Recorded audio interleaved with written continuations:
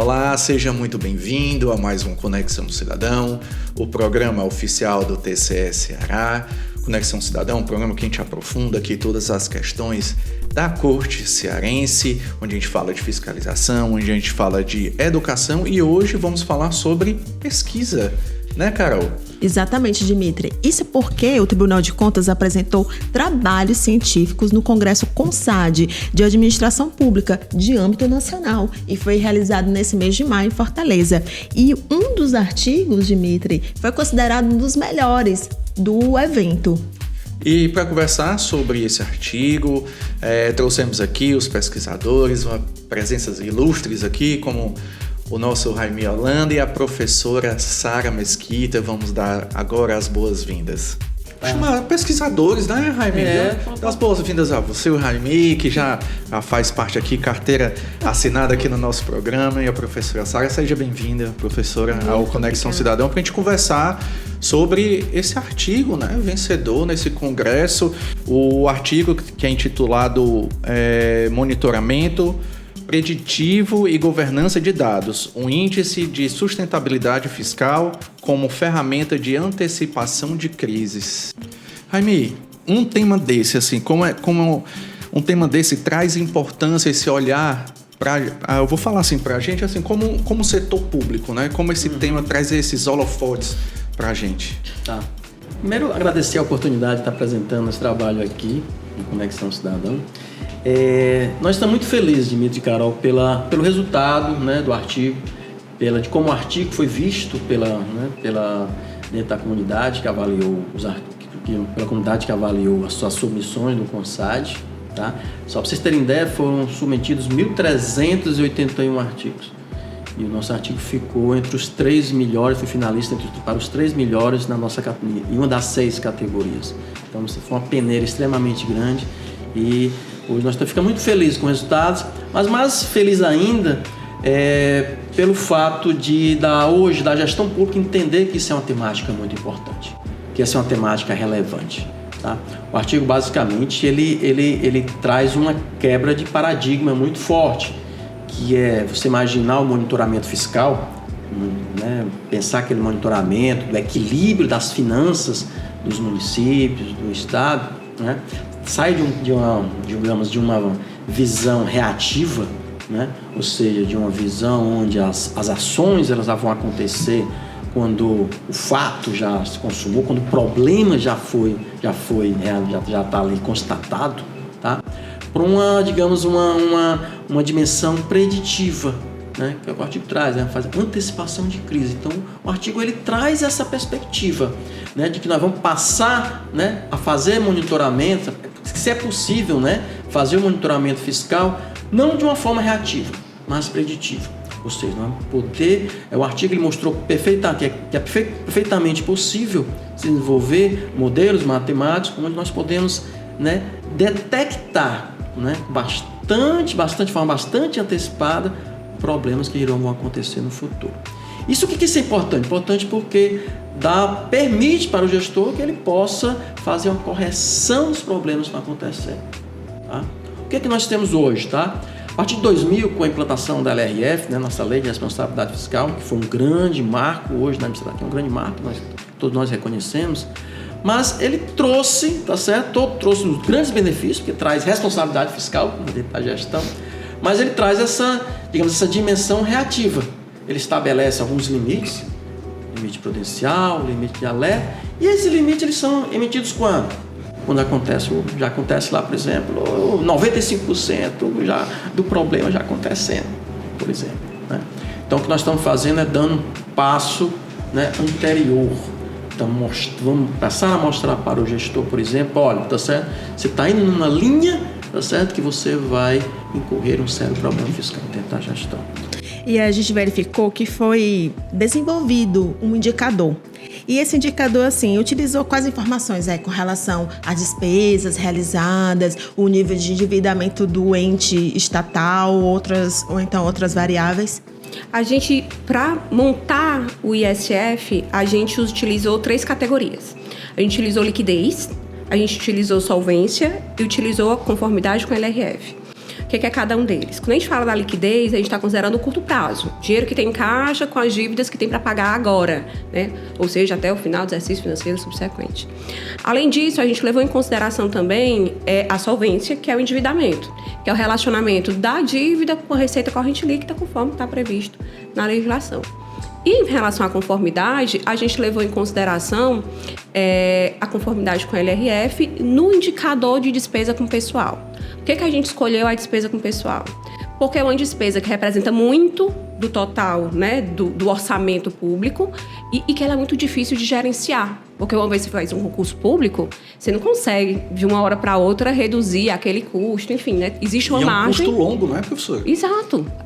Entrou no serviço público, né, para você poder gerenciar aquilo ali, através de aposentadorias, enfim. Então, uma vinculação muito forte. Por isso que a gente escolheu, para conformidade, despesa com pessoal.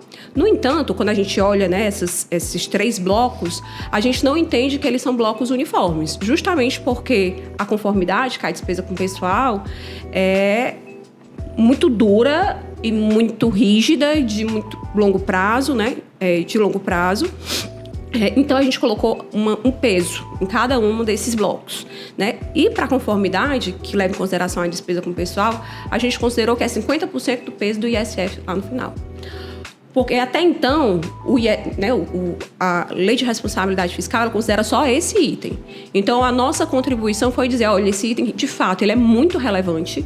No entanto, a gente vai colocar aqui gatilhos de antecipação com liquidez e solvência, cada um com 20% a liquidez e outro com 30% no indicador final, que é a solvência. Então, pela combinação desses 3 blocos, a gente chega no resultado final. Então, obviamente, a gente não ignora o que está na LRF, porque ela, né, é legalmente o que está estabelecido. No entanto, a gente considera que, pedagogicamente, o tribunal pode ser um auxiliar para o gestor público no sentido de dizer, olha, a tua margem de segurança ela está tal, mas tu está indo numa velocidade que não se sustenta.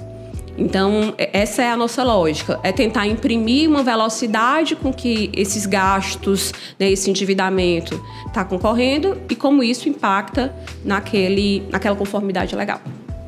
Eu acho muito interessante, viu, Carol, porque acredito que foi no programa passado que a própria conselheira Soraya falou, né, que a questão do pagamento de pessoal é o que... não vou dizer aqui, onera, assim, mas é o peso maior, né? Eu acho que a forma correta de falar é isso, né? É o peso maior dentro da administração pública. E quando a professora traz essa questão do estudo, isso a gente não pode ignorar. Então, se a gente não pode ignorar, vamos trazer para perto e como é que a gente trabalha com ela. Essa antecipação que você trouxe, eu acho fantástico porque ajuda, né, Raimi? Aí é onde o Tribunal de Contas entra com antecipação e o ensinamento, né, com o jurisdicionado, como ele tem que partir. Vai por esse caminho mesmo, esse artigo assim, já mostrando que, olha, a mão que a gente tem que ir é essa. Com certeza, Dimitri. Esse é o aspecto, é o lado pedagógico que o tribunal pode ofertar para os seus jurisdicionados, né? Nós vamos na ideia que o trabalho evolua e possamos, né, para cada um dos nossos 184 municípios, nós possamos calcular o índice de sustentabilidade daquele município. E aí o tribunal ele pode ter, por exemplo, um painel, onde ele vai ver o estado do Ceará inteiro e mostrando quais municípios, digamos, são mais ou menos sustentáveis. E para aqueles, digamos, que têm um risco maior, porque na realidade o que nós estamos ofertando nesse trabalho é um sensor de risco, tá? Então os municípios vão ser sensoriados e vão ser atribuído um risco para cada um dos nossos 184 municípios. Aqueles que têm um risco maior de estarem, digamos, numa curva, numa tendência de algum eventual desequilíbrio, né, fiscal, isso vai ser apresentado. E vai ser, né, e o tribunal ele pode, digamos, perfeitamente, né, num caráter mais educativo, um caráter mais preventivo, né, emitir alertas para os municípios para, né, de tal forma que nós estamos querendo justamente antecipar, tá certo, uma informação, né, para o gestor que ele, de repente, se ele não tomar algumas ações, ele certamente vai ter problemas no futuro. E no âmbito assim, dos resultados do artigo, no caso, envolveu os entes municipais ou envolveu outros tipos de governos, vamos dizer assim? Nos resultados, o que aconteceu? A gente tem uma proposta, né? O nosso índice ele é uma proposta e a gente fez simulações com a nossa proposta. Porque a ideia depois é a gente pegar esses dados, né? Aplicar a realidade dos municípios e calibrar esses pesos. Porque, por exemplo, quando eu coloquei 20% na liquidez, né, quando a gente colocou 20% na liquidez, 30% na solvência, 50% na conformidade, foi baseado na teoria. Mas pode ser que a realidade, de repente, dos municípios cearenses não atenda a esses pesos de maneira satisfatória, né? E dentro de cada um desses blocos, por exemplo, para a liquidez a gente considerou como ok, ou seja, está no ótimo, se tiver uma margem de 50% de sobra. Mas pode ser que quando a gente aplicar aos nossos municípios, a gente perceba que 20% é o suficiente. Entende? Então, a ideia dessa proposta é dizer, olha, a gente simulou, pegou alguns dados de municípios reais, não colocou os dados na proposta, no artigo, se vocês derem uma olhada, verão. Você dê uma olhada, né, Carol? Verá lá, né? Que tem Cateta e Hipotenusa, que são municípios fictícios, no entanto, baseado em fatos reais. E a gente percebeu, nesse caso concreto, que 2 municípios que pela LRF estariam na mesma prateleira, está numa tendência de aceleração do crescimento da dívida, enquanto o outro está numa desaceleração desse crescimento da dívida, o que impacta no resultado final do ISF. Então, a gente vai tratar diferente os municípios com tendências diferentes. Porque na fotografia estática, eles estão na mesma prateleira. Mas serve também, desculpa, Carol, serve também como uma base, né? Você já tendo a base, você consegue trabalhar de forma mais tranquila. Sem dúvida. O artigo hoje, o estágio que ele se encontra, o trabalho da pesquisa, Dimitri, Carol, ele se dedicou a preparar toda a formulação matemática do índice de sustentabilidade fiscal. Então, todas as variáveis de entrada, como os pesos, como será que vai ser calculado, então tudo isso já está pronto, tá? A fase que nós vamos iniciar, tá certo? Na verdade, essa ideia do ISF, ele está no contexto do nosso, né, do nosso projeto cientista-chefe do monitor fiscal, tá? A professora Sara hoje é a nossa pesquisadora, é a nossa cientista-chefe do projeto. Então, a ideia é que essa ideia ele seja desenvolvida, né, no contexto do programa do projeto cientista-chefe monitor fiscal. Então, agora que foi, né, feita toda essa formulação da proposta, então agora vamos desenvolver, aplicar isso efetivamente para os nossos municípios, né, construir nossos painéis, dashboards, deixar tudo visual, para que o tribunal possa então receber essa informação. E para finalizar, acho que é importante a gente falar do papel de construção do conhecimento por parte do Tribunal de Contas, porque a gente sabe que as funções de fiscalizar, de julgar, elas são super relevantes, estão previstas na nossa Constituição, mas também de utilizar o conhecimento acumulado para poder desenvolver essas funções, né? Eu acho que o tribunal hoje ele está numa situação muito próspera, eu diria, porque no momento que nós temos uma área, né, de pesquisa e desenvolvimento, nós conseguimos o quê? Por meio da pesquisa, retroalimentar todas as atividades finalísticas do tribunal.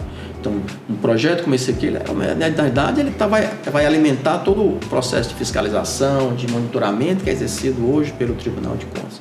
Então, daquela história, criando esse círculo aí, né, virtuoso que nós costumamos dizer, né, onde a pesquisa, né, tem a pesquisa, tem o desenvolvimento e isso entra em operação dentro do tribunal. Tá? Então, o fato do tribunal hoje ter uma área de P&D, isso, né, traz, né, digamos, essa perspectiva de utilizar o que tem na fronteira do conhecimento e permitir internalizar em termos de operações hoje. Antes da gente encerrar, Carol, queria chamar aqui a Sonora, né? O novo convidado também, que é o Diego Araújo, que ele participou também da pesquisa, né? Vamos chamar aqui a entrevista dele falando, né? Vamos escutar o que ele achou, né? Quais foram as motivações dele dentro dessa pesquisa aqui junto com o Raimi e com a professora Sara. Vamos lá. Para mim foi gratificante participar dessa pesquisa porque ela trata de um tema fundamental dentro das finanças públicas. E para além do fato de trabalhar uma temática importante, foi um momento também de muita aprendizagem ao trabalhar com o professor Raimi, a professora Sara e também com o conselheiro Edilberto Pontes. escutamos agora Diego Araújo Lima falando, né, sobre a sua experiência nesse artigo. E, infelizmente, ficamos por aqui. Quero agradecer a sua presença, professora, parabenizar você, o Raimi e toda a equipe, que também teve a participação do nosso conselheiro Edilberto Pontes, não é isso, Raimi? Perfeito. Foi um dos coautores, o trabalho foi construído aí com quatro coautores, né? E o conselheiro Edilberto aí também deu uma grande contribuição ao trabalho, né? Na verdade, o conselheiro Edilberto está desde o início, né? Foi quem concebeu essa ideia do monitoramento fiscal do projeto em si, tá certo? Então, ele participou também da elaboração do trabalho. Isso só mostra a construção do Tribunal de Contas, né? Várias pessoas de várias áreas construindo um serviço melhor para a sociedade. Perfeito, é isso mesmo. Mais uma vez, muito obrigado pela presença de vocês e esperamos recebê-lo novamente quando a pesquisa, eu acredito que vai evoluir, não parou por aqui, então já sintam-se convidados para mostrar os resultados. Tá bom. Muito obrigada pela oportunidade. Obrigado, Carol. Obrigado, Dimitri aí, tá certo? Estaremos sempre à disposição aí para novos momentos aqui com vocês. Obrigado.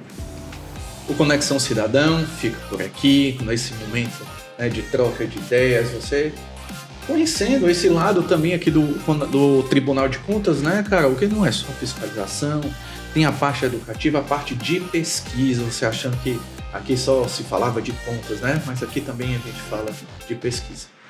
O programa fica por aqui, espero ver vocês na semana que vem. Até lá. Até o próximo episódio.